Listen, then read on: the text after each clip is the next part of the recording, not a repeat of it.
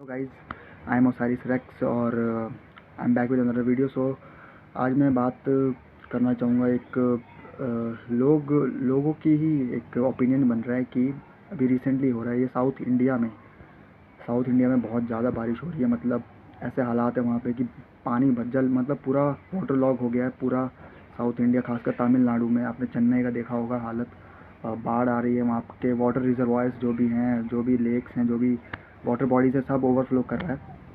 तो लोग थोड़े अमेज्ड हैं, कह रहे हैं कि अरे मानसून का सीज़न तो चला गया भाई। मानसून का मतलब सीज़न होता है आपका जून, जुलाई, अगस्त और सितंबर। तो ये 4 महीने तो चले गए, अब तो बारिश होनी नहीं चाहिए, तो वहाँ पे इतनी बारिश क्यों हो रही है? तो मैं आप सबका एक डाउट क्लियर करने देना चाहता हूँ कि जून, जुलाई, अगस्त और सितंबर में जो बारिश होती है वो होती है साउथ वेस्ट मानसून के कारण।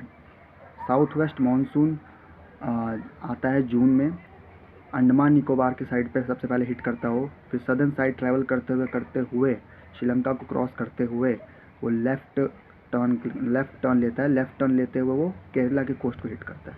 तो केरला के कोस्ट को हिट करने के बाद हम कहते हैं officially Indian main land, Andaman Nicobar तो काफ़ी दूर पे ग्रुप ऑफ आइलैंड्स हैं, इंडियन मेन लैंड को हिट करता है पहले वो केरला के कोस्ट पे। उसके बाद वो केरला के कोस्ट को हिट करता है, वहाँ पे बारिश देता है, फिर वहाँ से वो वापसी तमिलनाडु को क्रॉस करते हुए बे ऑफ बंगाल में जाता है। बे ऑफ बंगाल में जाने के बाद वो फिर से उसको मॉइस्चर फीड मिलता है, फिर से वो मॉइस्चर पूरा उसके अंदर काफ़ी ज़्यादा हो जाता है। उसके बाद वो बे ऑफ बंगाल में राइट कर्व लेते हुए फिर वापस से वो इंडियन मेनलैंड को हिट करता है। कहाँ से? बंगाल, छत्तीसगढ़, उड़ीसा और आपका नॉर्थ ईस्ट इंडिया, यहाँ पे इसके ब्रांचेस जाते हैं वहाँ बे ऑफ बंगाल से मॉइस्चर फीड लेके। और यही ब्रांच आपका आगे आते आते आगे प्रोग्रेस करते हुए थोड़े थोड़े दिनों के इंटरवल पे धीरे धीरे प्रोग्रेस करते हुए आपका नॉर्थर्न इंडिया, नॉर्दर्न प्लेन्स और पंजाब, हरियाणा, दिल्ली, जम्मू कश्मीर, हिमाचल, उत्तराखंड सबको कवर करते हुए ये आगे जाता है। और इसमें मैं एक बात बता दूं, south west monsoon mainly responsible है इंडिया का जो भी एवरेज प्रेसिपिटेशन, या आप एवरेज पूरे साल का रेनफॉल निकालोगे तो मोस्टली 80% रेनफॉल हमारा, 80% तो नहीं बोलूँगा, उससे थोड़ा कम, 60 से 70% रेनफॉल साउथ वेस्ट मानसून ही देता है। बाकी 30% में आपका आ जाएगा वेस्टर्न डिस्टर्बेंस, जो एक फिनोमिना है। वो इन फिनोमिनास के बारे में मैं चाहोगे आप तो मैं अगले वीडियोस बना दूंगा आगे की वीडियो में। और वेस्टर्न डिस्टर्बेंस हो गया, और एक होता है north east monsoon. So basically जो यहाँ जो बारिश हो रही है साउथ इंडिया में नवंबर के महीने में, नवंबर और दिसंबर के महीने में, ये होती है नॉर्थ ईस्ट मानसून की वजह से। तो बेसिकली इसमें होता क्या है, नॉर्थ ईस्ट मानसून की जो मॉइस्चर लेडन विंड्स होती हैं वो नॉर्दर्न डायरेक्शन से आती हैं इस तरफ इंडियन मेनलैंड की तरफ, सेंट्रल एशिया या उस साइड से आती हैं इंडियन मेनलैंड की तरफ। और इंडियन मेनलैंड में इनको सबसे पहला इनको ऑब्स्टेकल मिलता है हिमालय की रेंज। हिमालय की रेंज मिलती है तो वहाँ पे हिमालय इनको ब्लॉक करता है, वहाँ पे इनका सारा मॉइस्चर कंडेंस हो जाता है, सारा पानी गिर जाता है। पानी नहीं गिरता, एक्चुअली स्नोफॉल होता है। और उसके बाद जो ये विंड्स आगे आती हैं वो ड्राई होती हैं। तो इंडियन मेनलैंड को जब ये कवर करती हुई आगे जाती हैं तो ये बेसिकली ड्राई होती है। तो इसकी वजह से नॉर्दर्न इंडिया में, सेंट्रल इंडिया में या और कहीं इसका प्रभाव पड़ता नहीं है। एज अ ड्राई विंड ये उसको पूरा क्रॉस कर लेती हैं। फिर ये बे ऑफ बंगाल में आती है, ये विंड्स फिर क्रॉस करके आती हैं बे ऑफ बंगाल में। बे ऑफ बंगाल में इनको वापस से मॉइस्चर मिलता है और फिर ये बे ऑफ बंगाल में आती हैं, मॉइस्चर लेती हैं और वापस से टर्न करती हैं इंडियन मेनलैंड की तरफ, और वो होता है तमिलनाडु का कोस्ट। तो तमिलनाडु और जितना भी हमारा आप कह सकते हो ऑलमोस्ट सदर्न पेनिसुला पूरा इससे इफेक्ट होता है नॉर्थ ईस्ट मानसून से। सेंट्रल इंडिया, नॉर्दर्न इंडिया और नॉर्थ ईस्ट इंडिया को उतना कोई फ़र्क नहीं पड़ता इससे।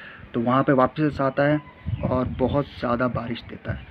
वैसे इस बार तो थोड़ा और भी फैक्टर्स है, मैं बताता हूँ आपको। बे ऑफ बंगाल का जो सी टेम्परेचर है, सी सरफेस टेम्परेचर है, वो नॉर्मल से ज़्यादा है। जब ऐसा होता है तब सी में बनते हैं आपके बहुत सारे सिस्टम, वेदर सिस्टम जो बहुत ज़्यादा बारिश देते हैं, जैसे कि लो प्रेशर एरिया हो गया। और यही लो प्रेशर एरिया अगर उसको गर्म सी टेम्परेचर जो होता है, सी का सरफेस टेम्परेचर गर्म मिल जाता है उसको, तो वो सिस्टम और ज़्यादा इंटेंसीफाई होकर क्या बन जाता है, लो प्रेशर एरिया से डिप्रेशन बन जाता है। डिप्रेशन से डीप डिप्रेशन बन जाता है, और उसको अगर सी में उसको और टाइम मिलेगा उस सिस्टम को, तो वो फाइनली साइक्लोन स्टॉर्म में तब्दील हो जाता है, मतलब साइक्लोनिक स्टॉर्म बन जाता है। और साइक्लोनिक स्टॉर्म बनने के बाद भी अगर उस सिस्टम को और टाइम मिल गया सी में, सो फिर वो वेरी सीवियर साइक्लोन बन जाता है, और जो कि बहुत ख़तरनाक होता है। तो अभी जो है अभी तो बे ऑफ बंगाल में एक तो टेम्परेचर जो है, सी सरफेस का जो टेम्परेचर है वो वार्म है, नॉर्मल से थोड़ा ज़्यादा है। तो वो लो प्रेशर एरिया एक के बाद एक बन रहे हैं वहाँ पर।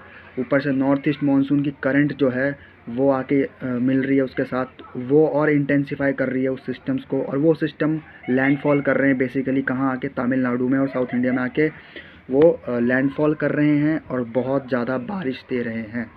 तो यही एक कारण है कि साउथ इंडिया में अभी फ़िलहाल बहुत ज़्यादा बारिश हो रही है। मॉनसून रिट्रीट कर चुका है, बट वो साउथ वेस्ट मानसून है, साउथ वेस्ट मानसून रिट्रीट किया है, और उसके रिट्रीट होने के बाद आपका आता है नॉर्थ ईस्ट मानसून का सीज़न, जो बेसिकली सिर्फ साउथ इंडिया को इफ़ेक्ट करता है। उसका कोई इफ़ेक्ट नहीं होता नॉर्दर्न प्लेन्स पे। क्यों नहीं होता, मैंने आपको बता दिया है, क्योंकि हिमालय की जो रेंज है वो बीच में आ जाती हैं, मॉइस्चर लेडन विंड्स यहाँ आ नहीं पाते, मॉइस्चर वहीं पे रह जाता है, बर्फ़बारी वहाँ हो जाती है। यहाँ पे सिर्फ क्या आते हैं, सूखी हवाएं क्रॉस करती हैं हमारे नॉर्दर्न एरिया को, जो भी कंट्री का है सेंट्रल एरिया को, फिर वापस जब क्रॉस करके बे ऑफ बंगाल में जाती है, वहाँ इसको वापस से मॉइस्चर मिलता है। वहाँ से मॉइस्चर मिलने के बाद वो वापस से टर्न करती है इंडियन मेनलैंड की तरफ, और कहाँ आती हैं ये हवाएँ, टर्न होके आती हैं आपकी तमिलनाडु हो गया, उड़ीसा हो गया, उड़ीसा भी नहीं कहूँगा, तमिलनाडु, आंध्रा, तेलंगाना, इस एरिया को ज़्यादा ये इफ़ेक्ट करता है। सो अभी तो मौसम विभाग ने भी ये बोल दिया है कि आने वाले टाइम में अभी बहुत ज़्यादा मतलब एक के बाद एक लो प्रेशर सिस्टम और डिप्रेशंस बनने लगेंगे बे ऑफ बंगाल में। सो ये अच्छी खबर नहीं है। बारिश मतलब अभी कम नहीं होने वाली, बारिश अभी और हो सकती है। सो मैं ये वीडियो इसलिए बनाया क्योंकि लोग थोड़े अमेज़ हो जाते हैं कभी कभी बीच में कि यार मानसून तो रिट्रीट कर गया है, तो अभी यहाँ पे इतना बारिश होने का क्या मतलब है, इतना लो प्रेशर सिस्टम और डिप्रेशन काय कब बन रहा है बे ऑफ बंगाल में। मैंने दोनों रीज़न बता दिए हैं कि मानसून एक गया दूसरा आ गया। ज़रूरी नहीं है कि कंट्री के हर हिस्से को इफ़ेक्ट कर रहा है, इफ़ेक्ट करे तभी वो आप उसको मानोगे। वो अभी साउथ इंडिया को ही इफ़ेक्ट करता है ये नॉर्थ ईस्ट मानसून।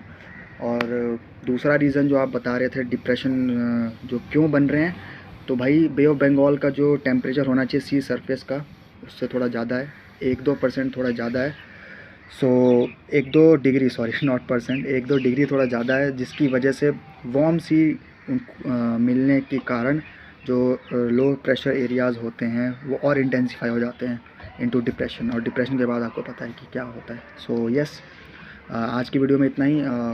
मिलते हैं अगले वीडियो में, तब तक खुश रहिए, हंसते रहिए, हंसाते रहिए और अपना ख्याल रखिए। मैं ओसारिस रेक्स आपसे मिलता हूँ अगले वीडियो में।